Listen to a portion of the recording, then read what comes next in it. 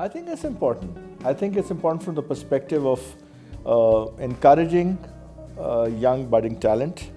On the other hand, it is very good from the perspective of bridging beyond what we have in the office, a relationship between all the vendors and the architectural community. That is very important. It kind of shows what can be done if you have a good client.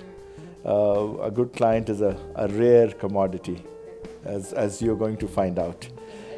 I hope. No. I'm sure you will, but the point is that we all assume when we start an office that every client will be like that. It's not the case always. Most of the time it's utilitarian. Now, उनकी एक dream होती है, which might not be your dream, but our job is to give them the best version of what they want. And to know that it's not our house, it's not our building, it's not our house, it's their house. So I think this is wonderful.